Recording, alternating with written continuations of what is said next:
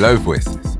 My name is Joe Troy, and I'm a multi-award-winning voice actor, audio producer, and host of the VOICEOVER'S Audio Adventure podcast, a bi-weekly show where I learn about the voiceover and audio industry and share with you all of the stories, tips, and tricks along the way.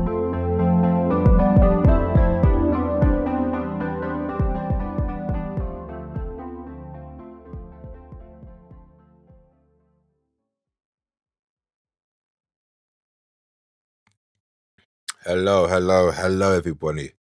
Today's going to be a little bit different. It's just going to be me. I'm going to be going down a rabbit hole. I've got a few checkpoints that I've written down, but whatever will be, will be. Now, the reason I'm making today's episode is because just the influx of messages that I get with people wanting to be voiceovers. I specifically say voiceovers because, as you know, previous episodes I've given my personal definition of what the difference between a voiceover and a voice actor is. So clear distinction. So today's about voiceovers. Now, I've had conversations in the past with friends of mine. I tell them, we catch up. I tell them what I do, or I tell strangers what I do. And I always get the follow-up question of, how do I get involved? How do I do this? Now, people think being a voiceover artist is easy. That's the first thing. They look at it as a side hustle, which it is, it can be. But essentially, what I do is not a side hustle. What I do is a full-time job where I audition, I do all of this other stuff, which I'll touch upon later. But today I'm making this episode for future voiceovers that listen to my podcast or know other voiceovers and think they can do what they do. I'm not saying you can't do it, but please bear this in mind before you start buying equipment, before you start messaging people, asking for their assistance, because there's a lot. There's a lot of what we do. Now, first question is, why do you want to be a voiceover? Now, is it because you think you're going to make a lot of money? Do you think it's easy? Do you enjoy it? Have you ever performed before? Have you ever spoken on a microphone? Have you done any of these things before? These are valid questions you need to ask yourself before you pursue this. Now, I come from a musical background. That's where I've been performing, so it was second nature to me. Some people have come from nothing and they literally just want to do this because their friend has done it all. They think it's going to be easy. Now, like I said, there's so many things to consider, and this job is not easy, okay? I say the first thing you need to do this is in no particular order. I'm literally going off bullet points here. So, equipment. Now, to do this job, you're going to have to learn how to use DAWs. So, DAWs or DAWs, they are essentially the program you use to record your audio in. Now, that can be GarageBand, Logic, Adobe, there's loads.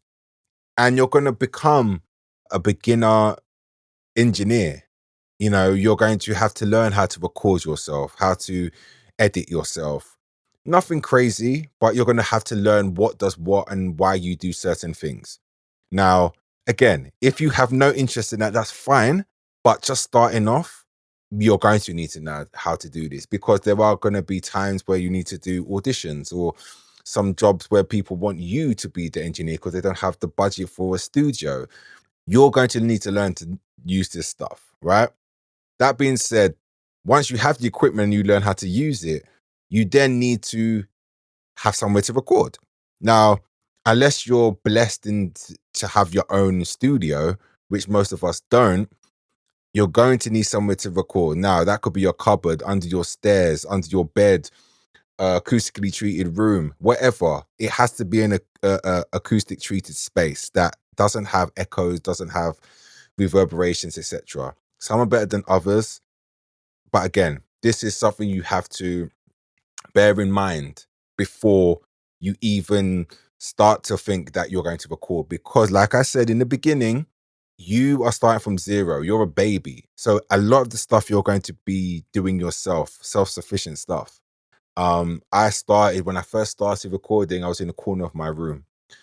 And I put a bed sheet behind me to stop the bouncing back of the audio. And I learned that from just asking questions and being inquisitive and finding out how sound works. So that's just me telling you, this is something that you need to take into consideration. Okay, so I can record now, right? Cool. How am I going to get jobs? Now, you will need to make a demo, but you're going to need to spend money, right? Now, you can make a demo yourself. Of course you can. I did. But for the most part, you're going to want some kind of coaching, especially if you want to get into the door very quickly and start making money. But I would say if you can't tick off all the first bullet points that I've suggested, I wouldn't even, it doesn't make sense. But spending money on stuff like demos and websites and marketing yourself and branding and doing headshots and networking, all of this stuff is part of a full-time voiceover. If this is what you think you can do as a job, these are the things that you need to take into consideration. And these things happen over the course of a year, 2 years, 3 years, 4 years. They don't happen overnight. So again, you need to know what you're getting yourself into, and don't be delusional about it, because you're not going to make money overnight. You're not. You might randomly get a job that pays you 10 grand, but that doesn't happen every day. It doesn't. It happens once in a blue moon. It's happened to me personally in my short career of being a pro. It's probably happened twice to me, right? And some people it's never happened to. So like I'm saying, majority of your jobs are going to be on the lower end, but you need to bear all of these things in mind if you want to get there. Now, can you take direction? Do you know how to perform? Can you take people saying no to you? Can you do this a different way? How do you feel about being replaced by another voice that kind of sounds like you because you weren't the right fit? Like, how does that work for your mental health? Some people can't deal with that rejection during sessions. Like, can you be directed? And this goes back to self-records as well. Sometimes you're going to have to be in sessions in your house, in your makeshift studio, recording with about 5 people on the line, engineering yourself, taking direction, playing things back to them, etc., etc. So basically, you're playing the engineer and the actor, right? And no, sometimes a director, because they don't know what they want. So you have to then come with the ideas and the solutions, because that's what they're paying you to do. Now, can you do that? Do you want to do that? Again, consideration. If you can't do that and it's not worth your time or energy, again, my point. So bear that in mind.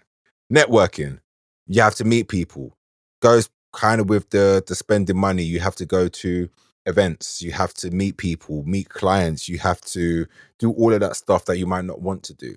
And also, I kind of skipped a couple steps, but agents, in the beginning, I had to get a lot of my clients myself. I came from nowhere. I had to build my name, build my black book up.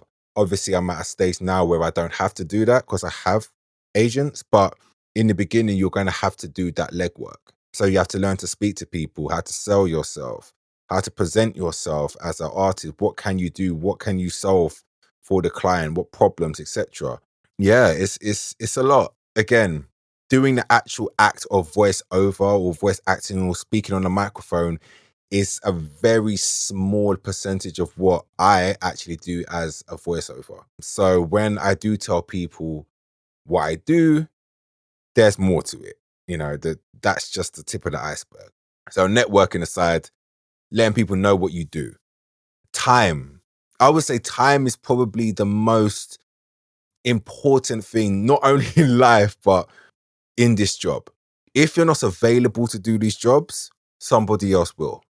So if you're not around, if you don't have a studio next to you, if you're not at home waiting for auditions, for work, there's going to be someone else out there that will.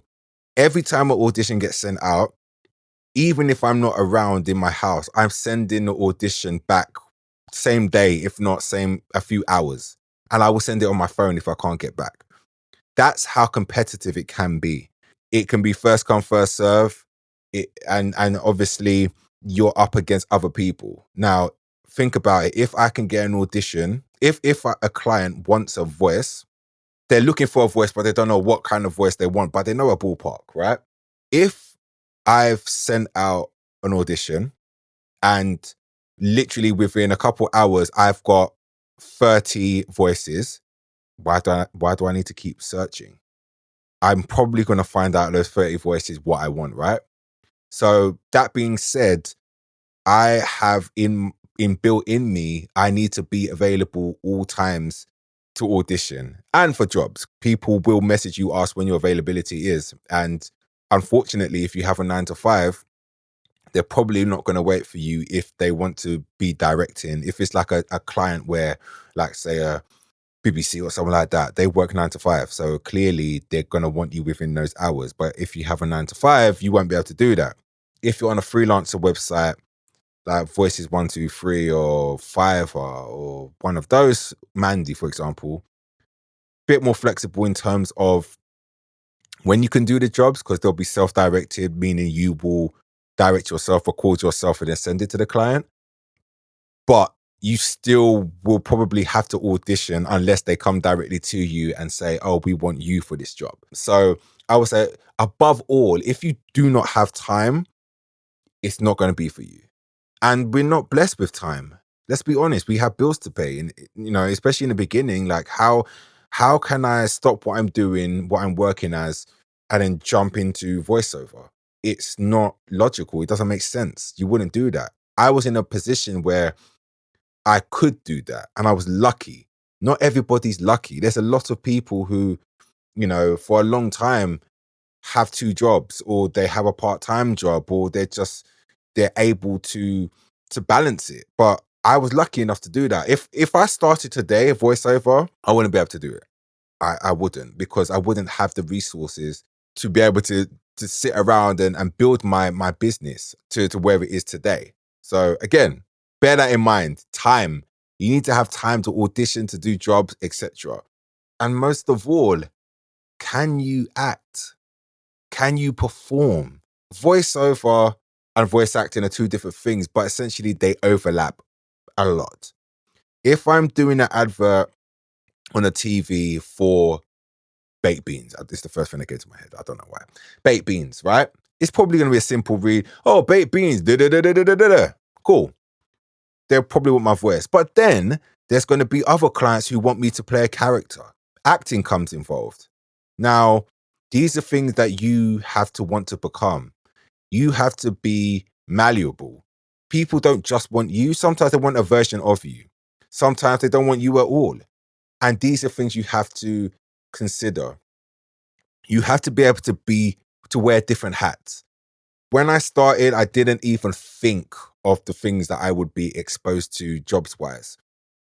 I can one day be doing an animation voice, next day doing a dubbing voice, next day doing an e-learning course, next day doing a commercial for something on TV, computer games, audio books, audio dramas. The list is endless. So again, when I tell people what I do and they ask me, where have I heard you, or what kind of stuff do you do, it's so hard to answer, because genuinely anything with a voice I can do. And it's very hard to explain to people. And that's why people get a bit confused with what voiceover is and can they do it or not. Now, the amount of people that's asked me personally if they wanted to do it, and I've kind of helped them in my personal life, I would say 0 of them have actually done voiceover because they realize what it entails. That's not to say it's impossible. And obviously what I'm saying to people isn't the be all and end all. This is just my opinion and what I've witnessed. And I had to address it because I get a lot of messages from people who also have bought my ebook, and I have helped throughout the years. But I feel like I'm at a point now where people need to realize how hard this job is and the fact that it is actually a job. If you put in the effort, you will get the fruits of your labor, but you do have to work. It is a job. Just because I don't record every day, just because my sessions might take 10 minutes sometimes to do a job and I get paid X amount, that doesn't mean I don't work hard. I do. Okay? So back to the point of this whole rant. If you want to be a voiceover, you can do it, but bear all of what I said in mind. Now, there is a lot more that you have to be aware of. Obviously, I'm talking to myself, I'm rambling, I'm going around in circles at points, of course. I'm not talking to someone, so I've missed a lot out. But just know some of the things that I've touched upon today, just think about it. If you do want to do this, it's going to take time and money. And those are the two most important things above the fact that you actually have to be able to perform. You're a performer. That's what you are. Okay. Now, I hope you're all still listening. I wish all of you the best of luck with your journeys. And yeah, you can do it. You can. Just remember, it will take time. Until next episode, I'm gone. Peace.